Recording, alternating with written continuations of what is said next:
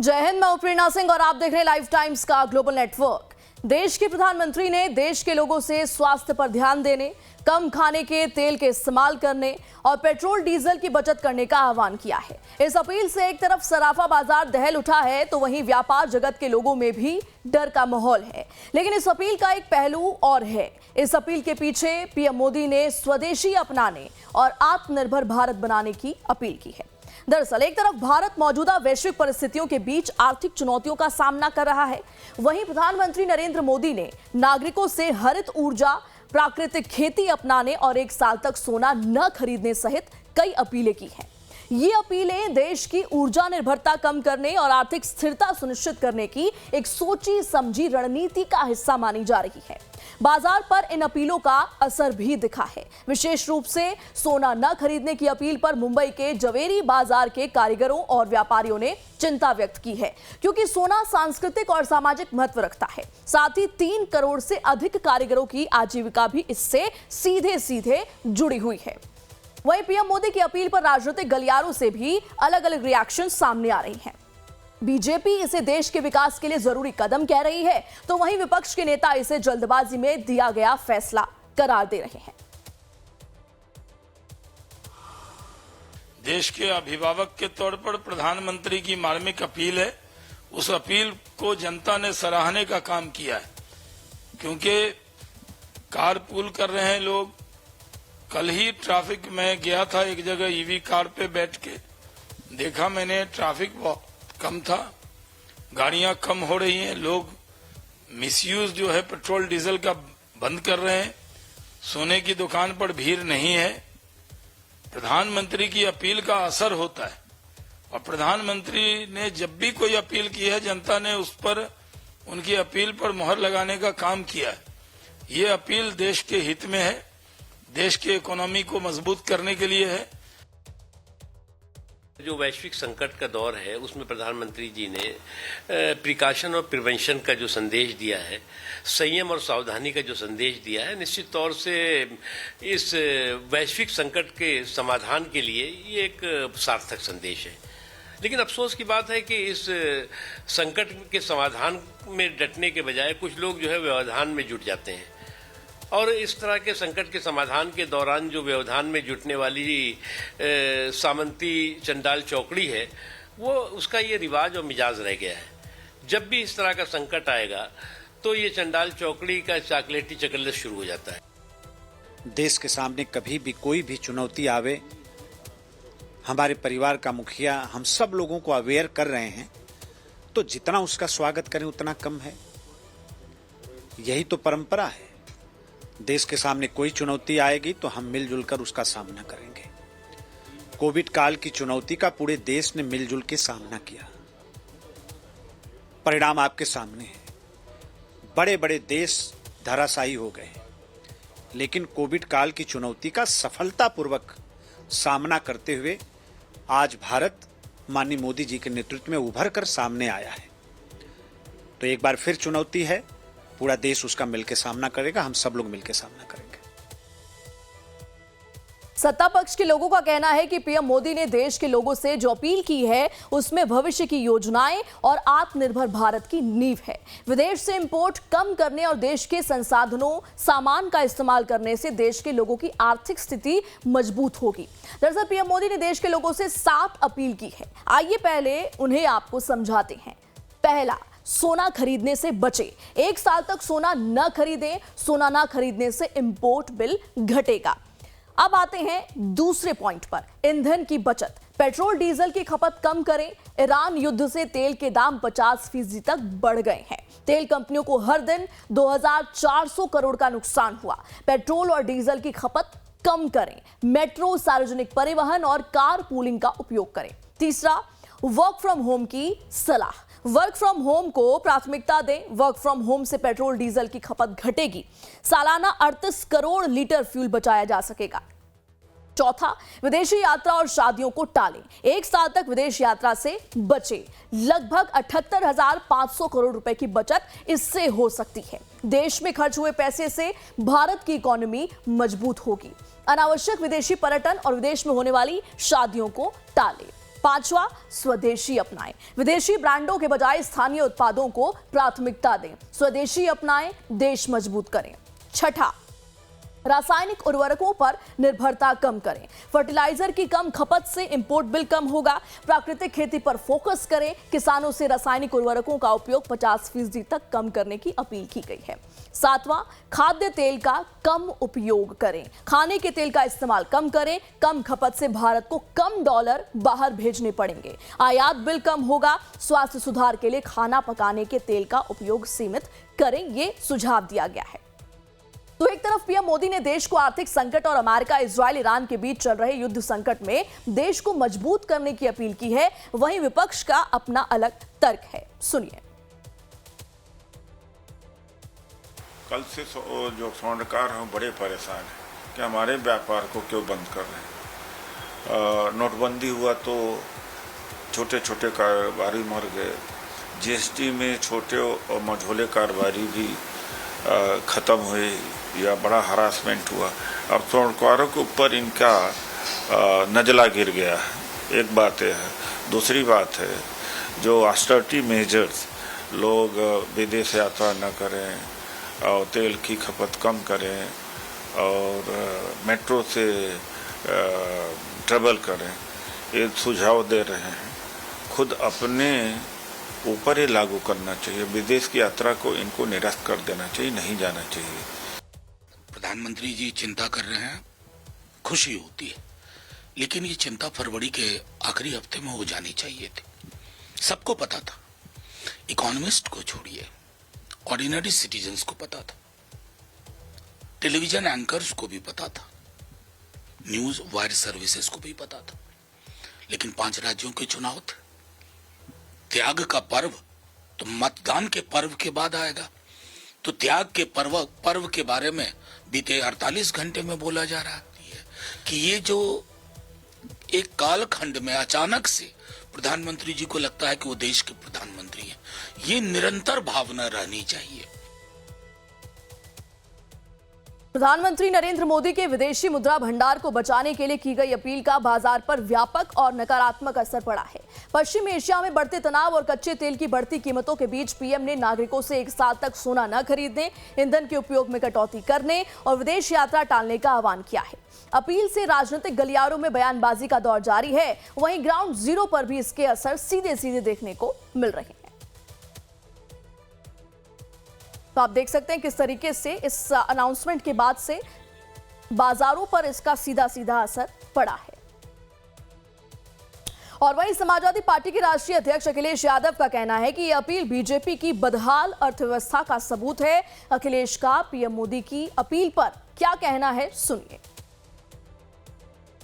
ये पतन का अपना ऐलान किया है।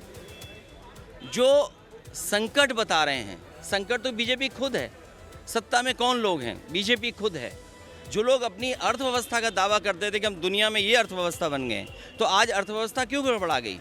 क्यों अर्थव्यवस्था पटरी से उतर गई? क्यों अर्थव्यवस्था लड़खड़ा गई है?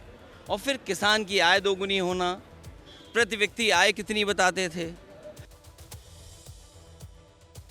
तो एक तरफ पीएम मोदी देश के लोगों से आत्मनिर्भर बनने की अपील कर रहे हैं, तो वहीं एआईएमआईएम प्रमुख असदुद्दीन ओवैसी का कहना है कि प्रधानमंत्री मोदी की अपील केवल अमेरिकी राष्ट्रपति डोनाल्ड ट्रंप को फायदा पहुंचाने वाली अपील करार दी है। सुनिए। कि प्रधानमंत्री कह रहे हैं कि सोना मत खरीदो, बाहर मत जाइए, एडिबल ऑयल कम करिए, फॉरेन गुड्स कम करिए। क्यों कह रहे हैं सब? ताकि उनके पास डॉलर बचे, ताकि वो ट्रंप को ह्यूस्टन में दे सकें। आरबीआई के पास 77% of total gold reserve domestically था, जो 23 में 38% था, वो बढ़ के अब 77% हो गया। अगर गोल्ड खरीदना इतना डेंजरस है, जो हैदराबाद के भाषण में प्रधानमंत्री ने कहा, हम अपने बेटियों के लिए, अपनी महिलाओं के लिए ये खरीदते हैं, तो आरबीआई इतना गोल्ड क्यों खरीद रहा है भाई? फिर आरबीआई आज की तारीख में गोल्ड खरीद रहा है, इसमें कोई आप डिनाई नहीं कर सकते। पीएम मोदी की अपील का समर्थन बीजेपी सांसद भोला सिंह ने भी किया है। भोला सिंह ने इसे देश हित में लिया गया फैसला करार दिया। वैसे ही हम लोग करोड़ों रुपए विदेश में जाके खर्च कर देते हैं डेस्टिनेशन मैरिज के लिए।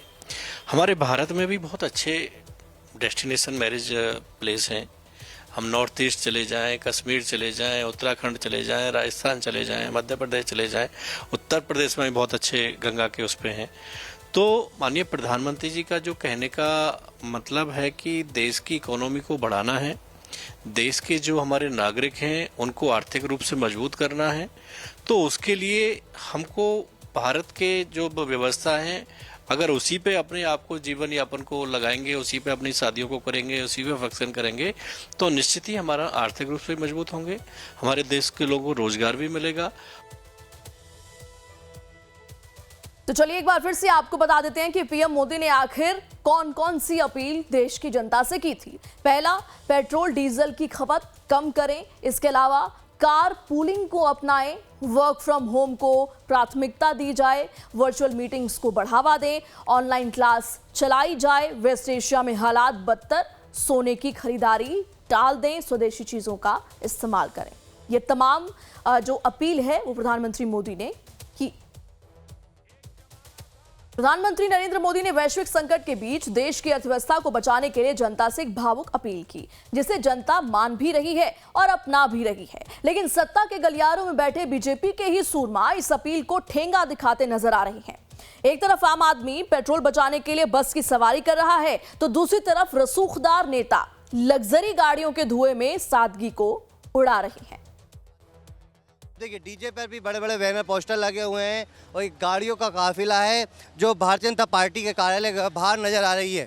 ये तमाम जो गाड़ियां हैं वो उनके काफिले में आई है। आप देख सकते हैं, मैं जहां तक जा रहा हूं वहां तक ये गाड़ियों का काफिला नज़र आएगा आपको। ये तमाम जो गाड़ियां हैं वो उनके काफिले में आई हुई हैं। वो इसी तरह यानी कि आम जनता ने तो प्रधानमंत्री नरेंद्र मोदी की अपील मानी है, लेकिन जो उनके ही कार्यकर्ता पदाधिकारी हैं वो नकार रहे हैं। ये तमाम जो गाड़ियां हैं वो लंबे, आप देखेंगे जहां देखेंगे वहां ये लंबी गाड़ियां की कतार दिखाई दे रही है और हजारों गाड़ियां भोपाल में नज़र आ रही हैं। तमाम जो पदाधिकारी हैं जिनको नगर निगम में बड़े बड़े पद दिए गए हैं वो आए हुए हैं। भारतीय जनता पार्टी में उनका स्वागत सत्कार किया जा रहा है, लेकिन कहीं ना कहीं जो मोदी जी उनकी जो अपील है उसको नकारते हुए नजर आ रहा है। तो राजधानी भोपाल की ये तस्वीरें दो अलग अलग कहानियां बयां कर रही हैं। शहर के पेट्रोल पंपों और सराफा बाजारों में सन्नाटा पसरा है। पीएम मोदी की अपील पर अमल करते हुए मिडिल क्लास परिवारों ने अपनी गाड़ियां गैरेज में खड़ी कर दी हैं और पब्लिक ट्रांसपोर्ट का रुख किया है। हर कोई देश के विदेशी मुद्रा भंडार को बचाने के लिए त्याग कर रहा है। लेकिन इसी शहर की दूसरी तस्वीर देखिए। ये हुजूम है खादी ग्रामोद्योग के उपाध्यक्ष राजेश जादौन का। करीब 50 लग्जरी गाड़ियों के काफिले के साथ जब नेताजी भोपाल पहुंचे तो सड़कों पर सिर्फ रसूख का धुआं नजर आया। जिस खादी को सादगी का प्रतीक माना जाता है, उसी विभाग के जिम्मेदार ने प्रधानमंत्री की ईंधन बचाने की अपील की सरेआम धज्जियां उड़ा दी। इसके प्रधानमंत्री नरेंद्र मोदी ने देश हित में अपील की है पेट्रोल डीजल को बचाना, लेकिन उनके ही भारतीय जनता पार्टी के तमाम जो पद अधिकारी जिनको निगम में पद मिला है वो धज्जियां उड़ाते हुए दिखाई दे रहा है। भोपाल में, राजधानी भोपाल में मौजूद हैं और ये राकेश सिंह जादौन हैं जो मध्य प्रदेश खादी ग्राम उद्योग बोर्ड के उपाध्यक्ष बनाए गए हैं, लेकिन हजारों गाड़ियों के साथ वो राजधानी भोपाल पहुँचे हैं। और आप देख सकते हैं, जहाँ देखेंगे भोपाल की सड़कों पर ये गाड़ियाँ इस तरह से नज़र आ रही हैं। दोनों साइड देखेंगे तो हजारों गाड़ी नज़र आ रही हैं, लेकिन जो मोदी जी का फरमान है उस फरमान को दरकिनार करते हुए धज्जियां उड़ाते हुए ये राकेश सिंह जो जादौन हैं वो नेता हैं जो जिनको मध्य प्रदेश खादी एवं ग्रामों उद्योग बोर्ड के उपाध्यक्ष बनाए गए हैं, उनने कहीं ना कहीं मोदी जी का पालन करते हुए नहीं दिखाई दे रहा है। हजारों गाड़ियों के काफिले के साथ आए हुए हैं। देखिए, लंबी दूरी में तो आवश्यक होता है, अन्य प्रकार के वाहन, कोई भी चीज़ प्रतिबंध नहीं होती है। कोई भी चीज़ को उतारने के लिए धीरे धीरे प्रयास करना चाहिए और एक व्यक्ति नहीं, समाज को, हर व्यक्ति को अपनाना चाहिए कि हम अपने जीवन में क्या संदेश दें और कितनी बचत कर सकते हैं। तो एक तरफ भोपाल में बीजेपी के ही नेता पीएम मोदी की अपील को मानने के लिए तैयार नहीं है, वहीं मामले पर कांग्रेस प्रवक्ता अभिनव बरोलिया ने तंज कसते हुए कहा कि बीजेपी और मोदी जी सिर्फ दिखावे की बात करते हैं, नियम और कायदे सिर्फ आम जनता के लिए है। नरेंद्र मोदी जी देश की जनता से अपील कर रहे हैं कि पेट्रोल डीजल बचाएं, खाने का तेल बचाएं, कहीं जाएं नहीं। और देखिए, लाव लश्कर काफिलों के साथ उनके कार्यकर्ता धज्जियां उड़ा रहे हैं उनके आदेश की। यह है इनका असली चाल चरित्र और चेहरा, यह है इनका दोगलापन। जनता को मूर्ख समझते हैं क्या ये लोग? जनता को ठगने का काम कर रहे हैं लगातार। आज भोपाल की खुली सड़कों पर जिस तरीके से सब देखने को मिल रहा है, जनता जवाब चाहती है कि क्या मोदी जी ने सिर्फ अपने खुद के लिए और अपने कार्यकर्ताओं के लिए नहीं बोला है ये सब? कितना बड़ा झूठ बोला है मोदी जी ने। तो एक तरफ मामले को लेकर कांग्रेस बीजेपी पर हमलावर है, तो वहीं बीजेपी के नेता इसे कार्यकर्ताओं का जोश करार दे रहे हैं। आदरणीय नरेंद्र मोदी जी ने देश के ऊर्जा संसाधनों पे मितव्ययिता से उपयोग करने का जो आग्रह हम सबसे किया है, निश्चित रूप से वो पूरे देश, समूचे देश के नागरिकों से किया और सबका नैतिक दायित्व बनता है कि उस मितव्ययिता के जो एक आंदोलन रूपी विषय उन्होंने आग्रह के रूप में रखा, उसमें अपना योगदान देना चाहिए। कांग्रेस केवल अनर्गल प्रलाप करती है, कांग्रेस के पास कहने को कुछ है नहीं। जहाँ तक बात है निगम मंडल के पदाधिकारी या अन्य व्यक्ति, सब अपने अपने स्तर पर अपनी एक आचार संहिता निर्मित कर उसका पूरा पालन करने का प्रयास करेंगे। नहीं, प्रधानमंत्री जी की अपील का व्यापक असर है और अभी तो पार्टी कार्यालय में कार्यकर्ता स्वाभाविक रूप से बधाई देने आए हैं और ये एक स्वाभाविक प्रक्रिया है कि हमारे कोई भी नवनियुक्त पदाधिकारी हो, निगम मंडल के चेयरमैन हो, तो कार्यकर्ता का एक स्वाभाविक लगाव अपने नेताओं के प्रति रहता है और इसलिए वो आए हैं बधाई देने के लिए। पर कोई किसी प्रकार के काफले, बहुत अधिक गाड़ियों का इस प्रकार से उपयोग ऐसे नहीं होने वाला है। प्रधानमंत्री ने कहा था देश पहले सुविधा बाद में। जनता ने तो इसे मंत्र मान लिया, लेकिन क्या बीजेपी के नेताओं के लिए अपील सिर्फ एक भाषण तक सीमित है? जब घर के चिराग ही अनुशासन को जलाने लगे तो सवाल उठना लाजमी है।